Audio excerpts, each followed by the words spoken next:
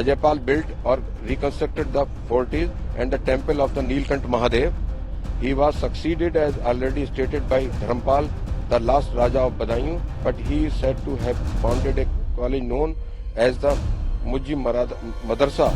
His treasury stood behind the old temple. वहाँ एक मदरसा है उस प्रॉपर्टी के पीछे, वो भी इस बात वो उसका भी जिक्र इसमें है कि मदरसा उस वक्त चल रहा था, मंदिर उसके सामने था। राजा लखनपाल का जिक्र है, लखनपाल की फैमिली से ये प्रॉपर्टी आती है और Budaun was one of first place in Rohilkhand to come under the dominance of Muslim invaders. Muslim invaders का मतलब ये है मुस्लिम आक्रांता। यहाँ कहीं शासक शब्द यूज नहीं किया गया है कि कोई शासक आया, बल्कि हमने इसमें बदायूं गजेटियर है इसमें मुस्लिम आक्रांता वर्ड यूज किया गया है।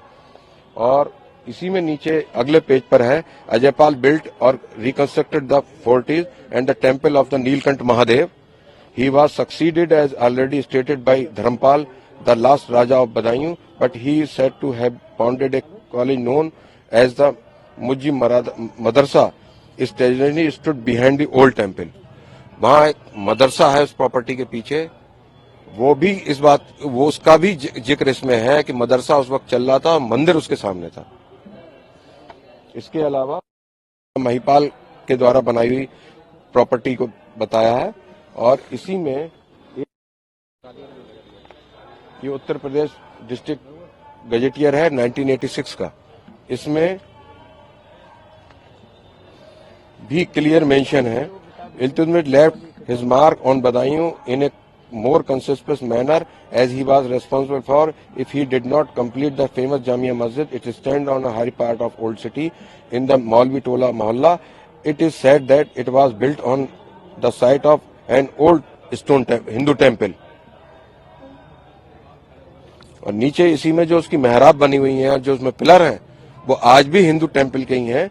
इज ए डीप मेहराब flanked by two short carved pillars which were apparently taken from an old Hindu temple.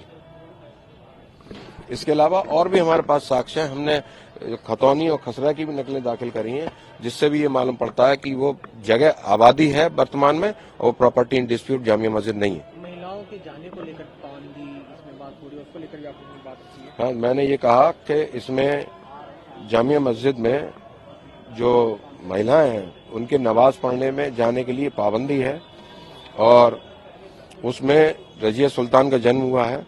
ये बदायूं की 2003-2004 की उत्तर प्रदेश सरकार की संप्रेषण पुस्तिका, उसमें क्लियर मेंशन है जामा मस्जिद के परिसर में बेगम रजिया सुल्तान का जन्म हुआ है. तो अगर कोई स्त्री गई नहीं तो जन्म कहां से हो गया? तो इसमें एक बात क्लियर है क्योंकि ये बात तय है कि किसी भी हालत में ये प्रॉपर्टी डिस्प्यूट जामा मस्जिद नहीं थी ना है. क्या कुछ बातें आप रखने वाले हैं इन सबको? अभी बहस चल रही है उनकी इंतजामिया कमेटी की और मैं आशा करता हूं उनको अपनी बहस आज पूर्ण कर देनी चाहिए. उसके बाद हम लोगों की बहस शुरू होगी. एएसआई ने भी इस पे बड़े मामले पे अपनी बात रखी. एएसआई की तरफ से अधिवक्ता जो है शासकीय अधिवक्ता ने बहस की है और शासकीय अधिवक्ता ने अपना पक्ष इस पर रखा जा चुका है. एक चीज साफ कर दी, मैं इसे जानना चाहता, क्या ये एक केंद्रीय संरक्षित इमारत है जो एएसआई के अंतर्गत आती है? हाँ बिल्कुल है. क्योंकि मुस्लिम पक्ष का कहना है कि ऐसा कुछ नहीं है क्योंकि एएसआई से आज तक इसकी मेंटेनेंस को लेकर कुछ भी कदम नहीं उठाए गए हैं. एएसआई का सर्वे रिपोर्ट अभी आपके एक तो ये सेंट्रल आर्कियोलॉजी की लाइब्रेरी की बुक है और memories of archaeology survey of India की बुक है और इसमें इसको हाँ पेज नंबर कितना? इसका पेज नंबर 4. यह है जो plundered from more ancient Hindu temple, जो पिलर खड़े हुए हैं इसमें भी मेंशन है कि हिंदू टेम्पल के हैं. इसी में नीचे on either side of it is dot pillar probably taken from some Hindu building and shortened to suit it present position. जो प्रेजेंट पोजीशन है उसमें थोड़ा बहुत परिवर्तन भले ही किया गया हो लेकिन वो मंदिर के एज इट इज मौजूद है. और इसके अलावा और डॉक्यूमेंट है, ये government of India archaeology survey of India जो है उसके उन्होंने अपने पोजीशन में ले लिया 22 नवंबर 1920 को और इस पर किसी का कोई ऑब्जेक्शन भी नहीं आया. तक मेंटेनेंस नहीं की गई एएसआई की तरफ से इसकी। ये आज तक तो कहीं ना तो उन्होंने कहीं अपने एप्लीकेशन में कहीं लिखा है और ना उन्होंने आज तक कहीं आर्गुमेंट में इस बात को कहा है।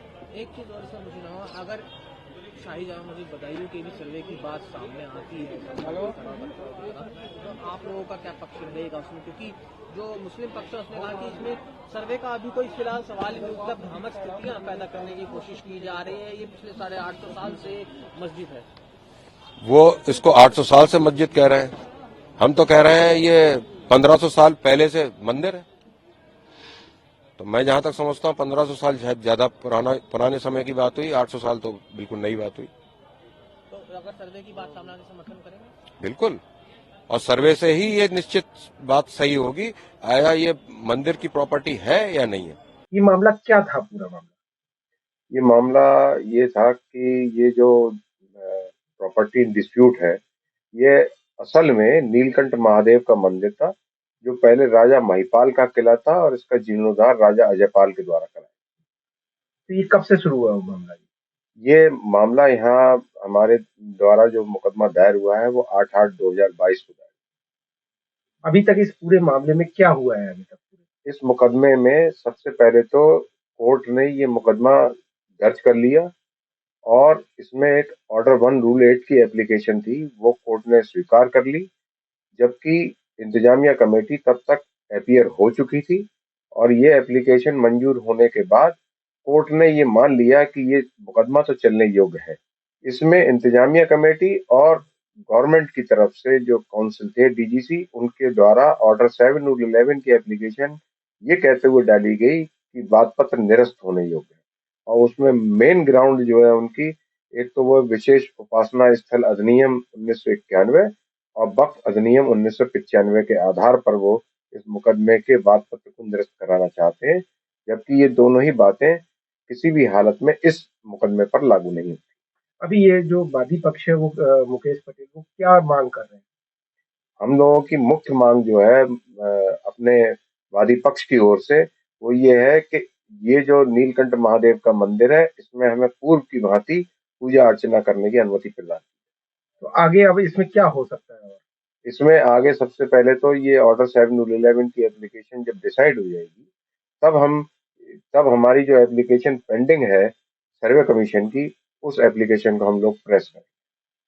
फिर आगे उसके बाद जब सर्वे कमीशन की एप्लीकेशन हमारी अलाउ हो जाएगी तो कोर्ट के सामने सर्वे कमीशन होके आएगा। उसके बाद ये मुकदमा एविडेंस के आधार पर तय होगा।